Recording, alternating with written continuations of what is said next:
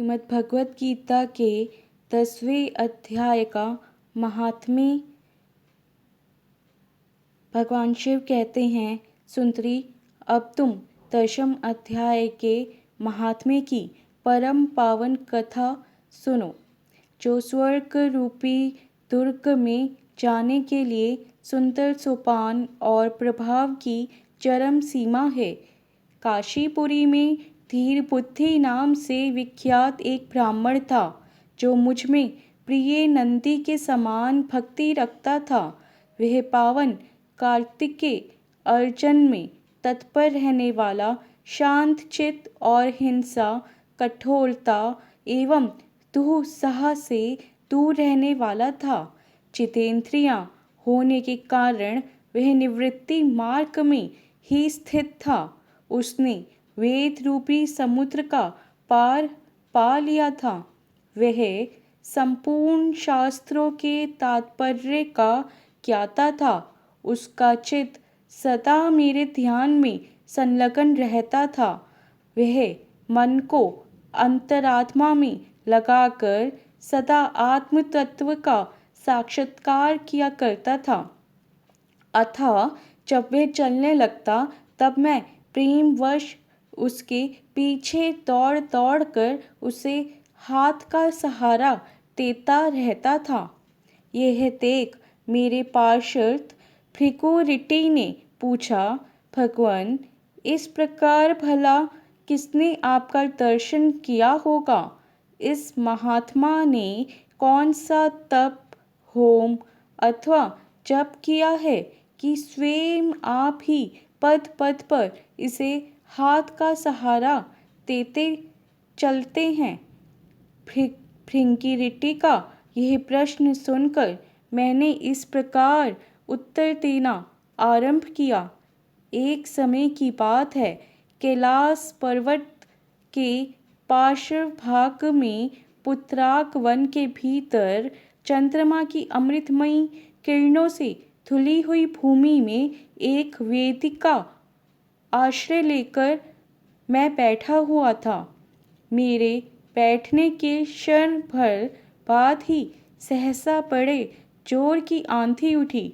वहाँ के वृक्षों की शाखाएं नीचे ऊपर होकर आपस में टकराने लगी। कितनी ही टहनियाँ टूट टूट कर बिखर गई। पर्वत की अविचल छाया भी हिलने लगी। इसके बाद वहाँ महान भयंकर शब्द हुआ, जिससे पर्वत की कंदराएं प्रतिध्वनित हो उठी। तदंतर आकाश से कोई विशाल पक्षी उतरा, जिसकी कांति काले मेघ के समान थी।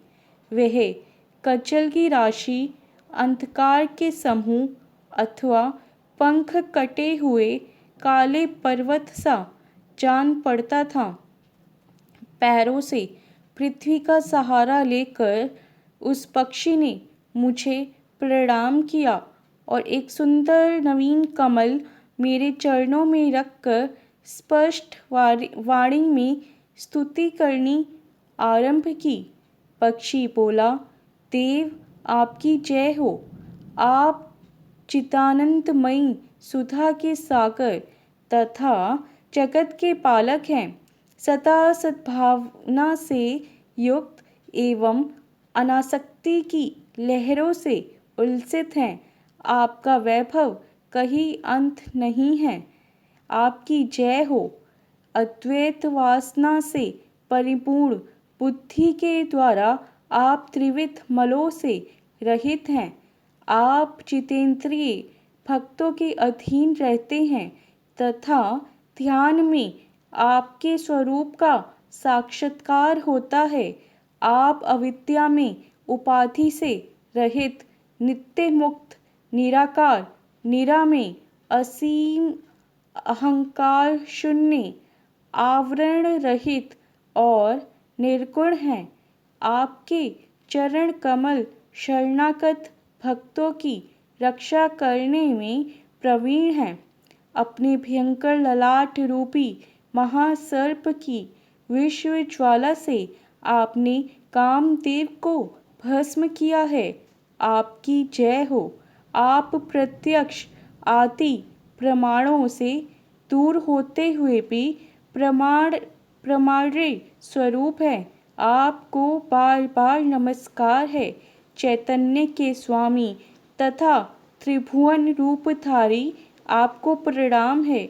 मैं श्रेष्ठ योगियों द्वारा चुंबित आपके उन चरण कमलों की वंदना करता हूँ जो अपार भव पाप के समुद्र से पार उतारने में अद्भुत शक्तिशाली है। महादेव, साक्षात बृहस्पति भी आपकी स्तुति करने की धृष्टता नहीं कर सकते। सहस्र मुखों वाले नागराज शेष में भी इतनी चातुरी नहीं है कि वे आपके गुणों का वर्णन कर सकें। फिर मेरे जैसे छोटी बुद्धि वाले पक्षी की तो विसात ही क्या है। उस पक्षी के द्वारा किए हुए इस स्तोत्र को सुनकर मैंने उससे पूछा, विहंगम, तुम कौन हो और कहाँ से आए हो? तुम्हारी आकृति तो हंस जैसी है, मगर रंग कौवे का मिला है। तुम जिस प्रयोजन को लेकर यहाँ आए हो उसे बताओ। पक्षी बोला, देवेश, मुझे ब्रह्मा जी का हंस जानिए। धूर चटे, जिस कर्म से मेरे शरीर में इस समय कालिमा आ गई है उसे सुनिए। प्रभु, यद्यपि आप स्वर्ग हैं, अतः आपसे कोई भी बात छिपी नहीं है, तथापि यदि आप पूछते हैं तो बतलाता हूँ। सौराष्ट्र सूरत नगर के पास एक सुंदर सरोवर है जिसमें कमल लहलहाते रहते हैं। उसी में से बाल चंद्रमा के टुकड़े जैसे श्वेत मृणालों के ग्रास लेकर मैं बड़ी तीव्र गति से आकाश में उड़ रहा था। उड़ते उड़ते सहसा वहाँ से पृथ्वी पर गिर पड़ा। जब होश में आया और अपने गिरने का कोई कारण न देख सका तो मन ही मन सोचने लगा, अहो, यह मुझ पर क्या आ पड़ा। आज मेरा पतन कैसे हो गया। पके हुए कपूर के समान मेरे श्वेत शरीर में यह कालिमा कैसे आ गई। इस प्रकार विस्मित होकर मैं अभी विचार ही कर रहा था कि उस पोखर के कमलों में से मुझे ऐसी वाणी सुनाई दी, हंस उठो, मैं तुम्हारे गिरने और काले होने का कारण बताती हूँ। तब मैं उठकर सरोवर के बीच में गया और वहाँ 5 कमलों से युक्त एक सुंदर कमलिनी को देखा। उसको प्रणाम करके मैंने प्रदक्षिणा की और अपने पतन का सारा कारण पूछा। कमलिनी बोली, कल हंस, तुम आकाश मार्ग से मुझे लांघकर गए हो। उसी पातक के परिणामवश तुम्हें पृथ्वी पर गिरना पड़ा है तथा उसी के कारण तुम्हारे शरीर में कालिमा दिखाई देती है। तुम्हें गिरा देख मेरे हृदय में दया भर आई और मैं इस मध्यम कमल के द्वारा बोलने लगी हूँ। उस समय मेरे मुख से निकली हुई सुगंध को सूंघकर 60,000 भंवरे स्वर्गलोक को प्राप्त हो गए। पक्षीराज, जिस कारण मुझ में इतना वैभव, ऐसा प्रभाव आया है, उसे बतलाती हूँ, सुनो। इस जन्म से पहले तीसरे जन्म में मैं इस पृथ्वी पर एक ब्राह्मण की कन्या के रूप में उत्पन्न हुई थी। उस समय मेरा नाम सरोजवदना था। मैं गुरुजनों की सेवा करती हुई सदा एकमात्र पातिव्रत के पालन में तत्पर रहती थी। एक दिन की बात है, मैं एक मैना को पढ़ा रही थी। इससे पति सेवा में कुछ विलंब हो गया। इससे पति देवता कुपित हो गए और उन्होंने शाप दिया, पापिनी, तू मैना हो जा। मरने के बाद यदि मैं मैना ही हुई, तथापि पातिव्रत व्रत के प्रसाद से मुनियों के ही घर में मुझे आश्रय मिला। किसी मुन्नी कन्या ने मेरा पालन पोषण किया। मैं जिनके घर में थी वे ब्राह्मण प्रतिदिन प्रातःकाल विभूति योग नाम से प्रसिद्ध गीता के 10वें अध्याय का पाठ करते थे और मैं उस पापहारी अध्याय को सुना करती थी। विहंग में काल आने पर मैं मैना का शरीर छोड़कर 10वें अध्याय के महात्म्य से स्वर्गलोक में अप्सरा हुई। मेरा नाम पद्मावती हुआ और मैं पद्मा की प्यारी सखी हो गई। एक दिन मैं विमान से आकाश में विचर रही थी। उस समय सुंदर कमलों से सुशोभित इस रमणीय सरोवर पर मेरी दृष्टि पड़ी और इससे उतरकर ज्यों ही मैंने जल क्रीड़ा आरंभ की, त्यों ही दुर्वासा मुनि आ थमके। उन्होंने वस्त्रहीन अवस्था में मुझे देख लिया। उनके भय से मैंने स्वयं ही एक कमलिनी का रूप धारण कर लिया। मेरे दोनों पैर 2 कमल हुए, दोनों हाथ भी 2 कमल हो गए और शेष अंगों के साथ मेरा मुख भी एक कमल हुआ। इस प्रकार मैं 5 कमलों से युक्त हुई। मुनिवर दुर्वासा ने मुझे देखा। उनके नेत्र क्रोधाग्नि से जल रहे थे। वे बोले, पापनी, तू इसी रूप में 100 वर्षों तक पड़ी रह। यह शाप देकर वे क्षण भर में अंतर्ध्यान हो गए। कमलिनी होने पर भी विभूति योग अध्याय के महात्म्य से मेरी वाणी लुप्त नहीं हुई है। मुझे लांघने मात्र के अपराध से तुम पृथ्वी पर गिरे हो। पक्षीराज, यहाँ खड़े हुए तुम्हारे सामने ही आज मेरे शाप की निवृत्ति हो रही है, क्योंकि आज 100 वर्ष पूरे हो गए। मेरे द्वारा गाए जाते हुए उस उत्तम अध्याय को तुम भी सुन लो। उस श्रवण मात्र से तुम भी आज ही मुक्त हो जाओगे। यूँ कहकर पद्मिनी ने स्पष्ट एवं सुंदर वाणी में 10वें अध्याय का पाठ किया और वह मुक्त हो गई। उसे सुनने के बाद उसी के दिए हुए इस उत्तम कमल को लाकर मैंने आपको अर्पण किया है। इतनी कथा सुनाकर उस पक्षी ने अपना शरीर त्याग दिया। यह एक अद्भुत सी घटना हुई। वही पक्षी अब 10वें अध्याय के प्रभाव से ब्राह्मण कुल में उत्पन्न हुआ है। जन्म से ही अभ्यास होने के कारण शैशवावस्था से ही इसके मुख से सदा गीता के 10वें अध्याय का उच्चारण हुआ करता है। 10वें अध्याय के अर्थ चिंतन का यह परिणाम हुआ है कि ये सब भूतों में स्थित शंख चक्रधारी भगवान विष्णु का सदा ही दर्शन करता रहता है।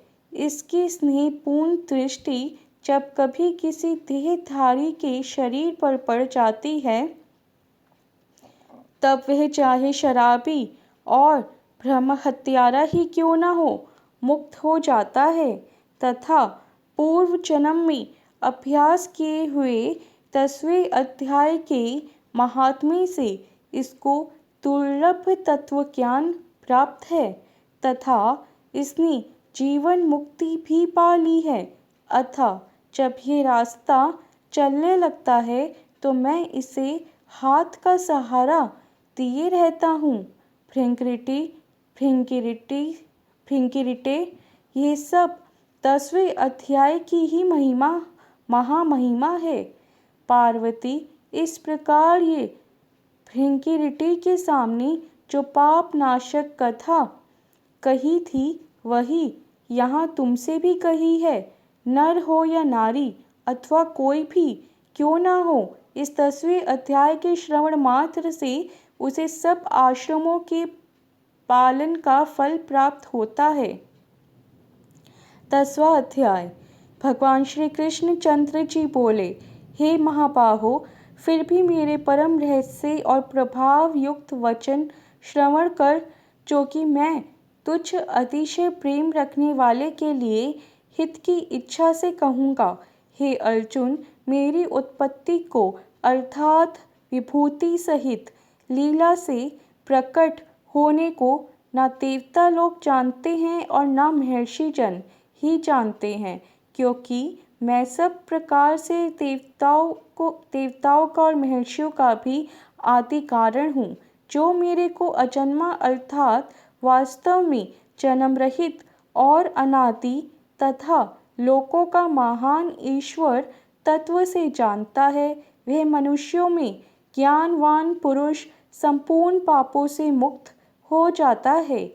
हे अर्जुन, निश्चय करने की शक्ति एवं तत्व ज्ञान और अमृतता, क्षमा, सत्य तथा इंद्रियों का वश में करना और मन का निग्रह तथा सुख दुख, उत्पत्ति और प्रलय एवं भय और अभय भी तथा अहिंसा, समता, संतोष, तप, दान, कीर्ति और अपकीर्ति, ऐसे ही प्राणियों के नाना प्रकार के भाव मेरे से ही होते हैं। हे अर्जुन, सात तो महर्षि जन और 4 उनसे भी पूर्व में होने वाले संकातिक तथा स्वयंभू आदि 14 मनु, यह मेरे में भाव वाले सबके सब मेरे संकल्प से उत्पन्न हुए हैं, कि जिनकी संसार में ये संपूर्ण प्रजा है, जो पुरुष इस मेरी परमेश्वर रूप विभूति को और योग शक्ति को तत्व से जानते हैं, वह पुरुष निश्चल ध्यान योग द्वारा मेरे में ही एक ही भाव से स्थित होता है। इसमें कुछ भी संशय नहीं है।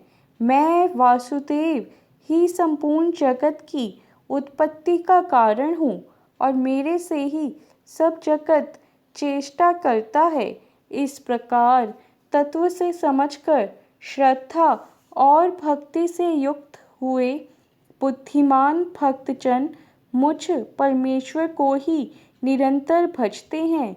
वे निरंतर मेरे में मन लगाने वाले और मेरे में ही प्राणों को अर्पण करने वाले भक्तजन सदा ही मेरी भक्ति की चर्चा के द्वारा आपस में मेरे प्रभाव को जानते हुए तथा गुण प्रभाव सहित मेरा कथन करते हुए ही संतुष्ट होते हैं और मुझ वासुदेव में ही निरंतर रमण करते हैं। उन निरंतर मेरे ध्यान में लगे हुए और प्रेम पूर्वक भजने वाले भक्तों को मैं वह तत्व ज्ञान रूप योग देता हूँ, कि जिससे वे मेरे को ही प्राप्त होते हैं। हे अर्जुन, उनके ऊपर अनुग्रह करने के लिए ही मैं स्वयं उनके अंतःकरण में एक ही भाव से स्थित हुआ अज्ञान से उत्पन्न हुए अंधकार को प्रकाश में तत्वज्ञान दीपक द्वारा नष्ट करता हूँ। इस प्रकार भगवान के वचनों को सुनकर अर्जुन बोले, हे भगवान, आप परम ब्रह्म और परम धाम एवं परम पवित्र हैं, क्योंकि आपको सब ऋषिजन सनातन दिव्य पुरुष एवं देवों का भी आदिदेव, अजन्मा और सर्वव्यापी कहते हैं। वैसे ही देवर्षि नारद तथा असित और देवल ऋषि तथा महर्षि व्यास और स्वयं आप भी मेरे प्रति कहते हैं। हे केशव, जो कुछ भी मेरे प्रति आप कहते हैं, इस समस्त को मैं सत्य मानता हूँ। हे भगवान, आपके लीला में स्वरूप को न दानव जानते हैं और न देवता ही जानते हैं। हे भूतों को उत्पन्न करने वाले, हे भूतों के ईश्वर, हे देवों के देव, हे जगत के स्वामी, हे पुरुषोत्तम, आप स्वयं ही अपने से आपको जानते हैं। इसलिए हे भगवान, आप ही उन अपनी दिव्य विभूतियों को संपूर्णता से कहने के लिए योग्य हैं कि जिन विभूतियों के द्वारा इन सब लोगों को व्याप्त करके स्थित हैं। हे योगेश्वर, मैं किस प्रकार निरंतर चिंतन करता हुआ आपको जानूं, और हे भगवान आप किन किन भावों में मेरे द्वारा चिंतन करने योग्य हैं। हे जनार्दन, अपनी योग शक्ति को और परमेश्वर रूप विभूति को फिर भी विस्तार पूर्वक कहिए, क्योंकि आपके अमृतमय वचनों को सुनते हुए मेरी तृप्ति नहीं होती है, अर्थात सुनने की उत्कंठा बनी ही रहती है। इस प्रकार अर्जुन के पूछने पर श्री कृष्ण भगवान बोले, हे कुरुश्रेष्ठ, अब मैं तेरे लिए ही अपनी दिव्य विभूतियों को प्रधानता से कहूँगा, क्योंकि मेरे विस्तार का अंत नहीं है। हे अर्जुन, मैं सब भूतों के हृदय में स्थित सबका आत्मा हूँ तथा संपूर्ण भूतों का आदि, मध्य और अंत भी मैं ही हूँ। हे अर्जुन, मैं अदिति के 12 पुत्रों में विष्णु अर्थात वामन अवतार और ज्योतियों में किरणों वाला सूर्य हूँ तथा मैं 49 वायु देवताओं में मरीचि नामक वायु देवता और नक्षत्रों में नक्षत्रों का अधिपति चंद्रमा हूँ।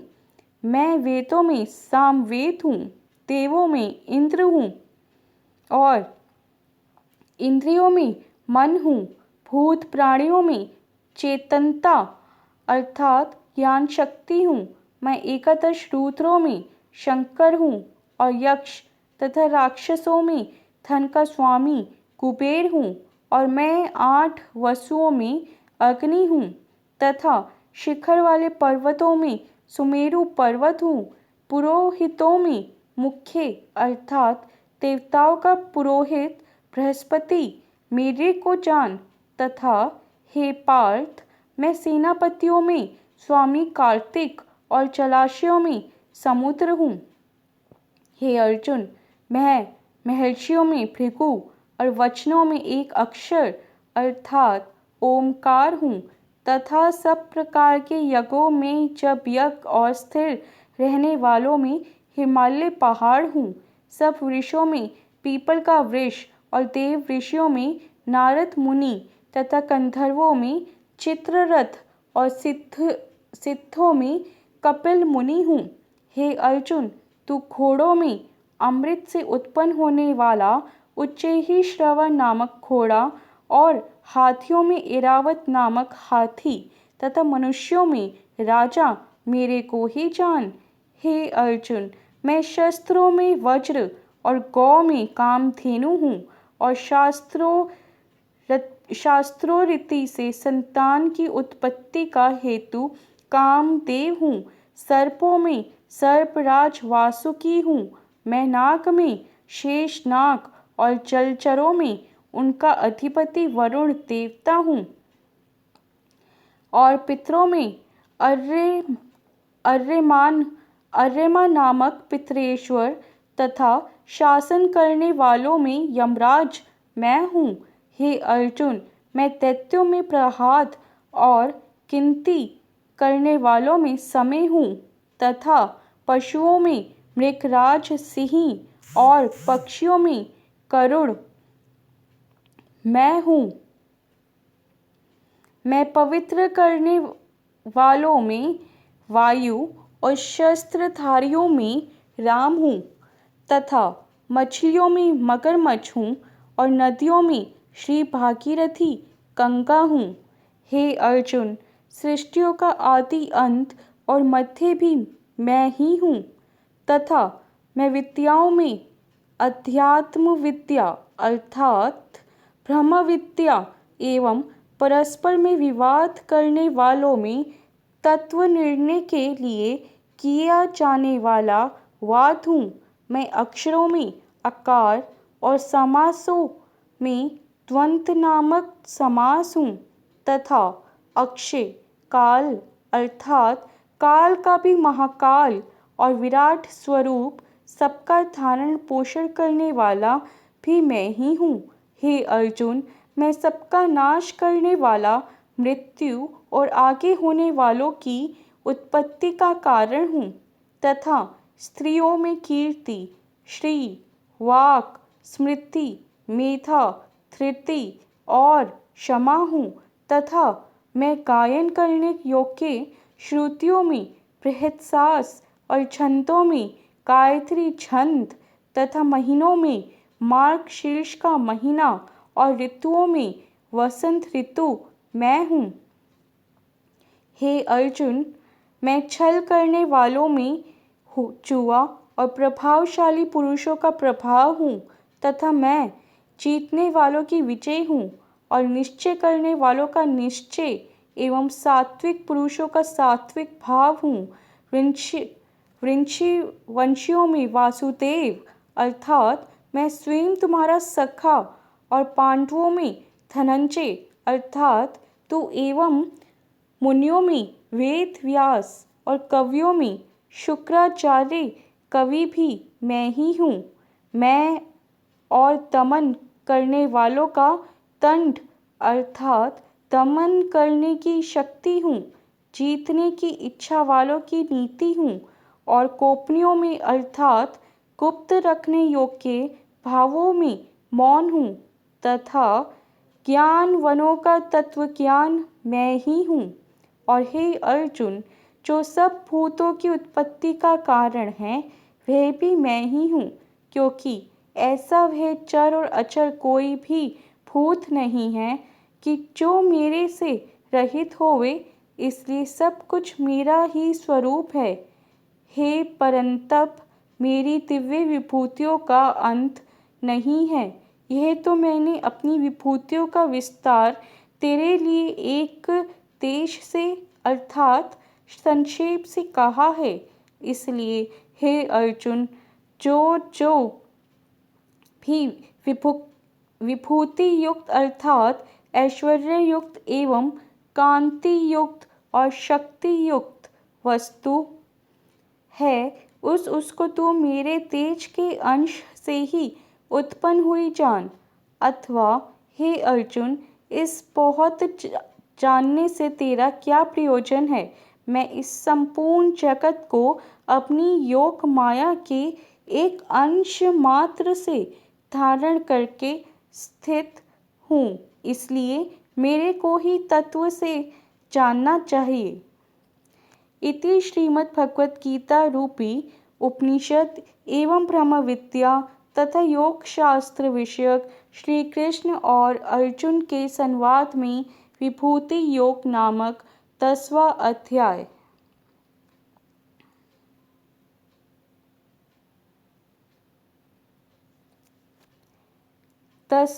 अध्याय। गीता का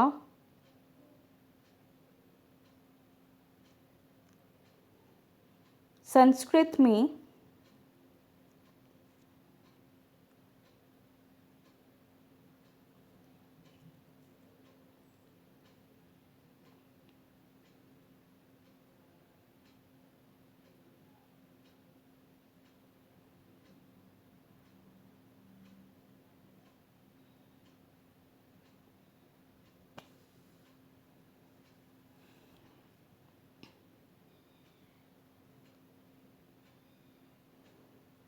Hope you like this video. If you like it, then please subscribe our channel. Keep reading the Bhagavad Gita on daily basis.